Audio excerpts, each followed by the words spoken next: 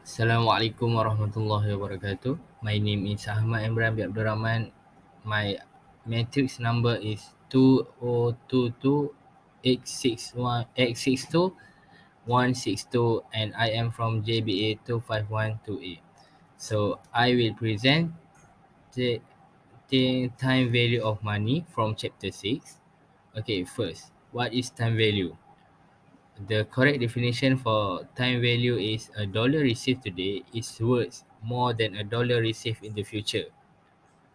Uh, by understanding the time value of money, it will enable us to understand how shares and bonds are valued, how the value of new project is determined, and the others. Okay, so first, future value and compounding. Future value refers to the amount of money an investment will grow over some period of time if at some given interest rate. Meanwhile, compounding is the process of accumulating interest on an investment over time to earn more interest for a long time.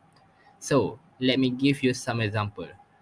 Uh, as the state above, for example, Imran has decided to place 100 which he received in from his parent in a saving account paying for interest. How much will Imran's get in his account in 6 year time? So by using calculator finance, the final answer is for future value is 1265.32 cent.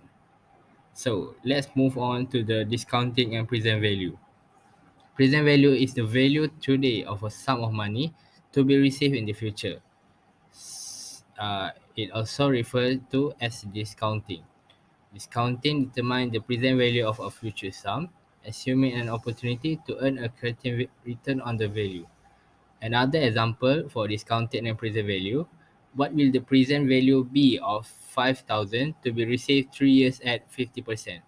So using the same calculator finance, the final answer is 3,000 negative 3,287 58 cent. So why it is a negative?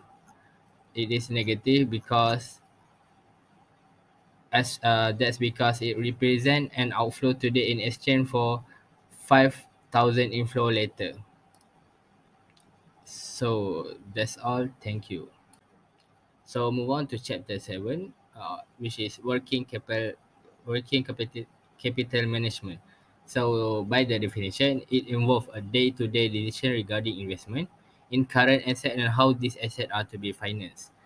So this based on the firm's need for adequate liquidity and can significantly affect a firm rates, return and share price.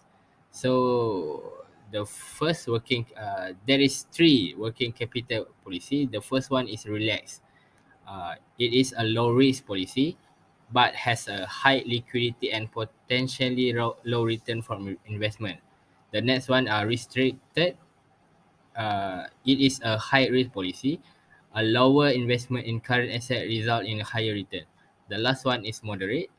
In between relax, it is in between relaxed and a restricted policy. Investment in current asset at a minimum level without sacrificing liquidity requirement. So, what is the approaches to working in capital management? There is also three approaches. The first one is hedging approach. It is moderate risk involve moderate return while has no emergency fund and idle funds. The second one is aggressive approach, involve more risk because use short-term or temporary financing to support a relatively large portion of current asset. And the last one is conservative approach. Has the lowest risk compared to other approach because use permanent financing to finance the majority of its asset. So, which is the best approach to use? It is depend on these five elements. The first one, the profitability of the firm, the stability of cash flow, the liquidity of the firm asset, the management attitude toward the risk, and the last one, the expected future interest rate. That's all. Thank you.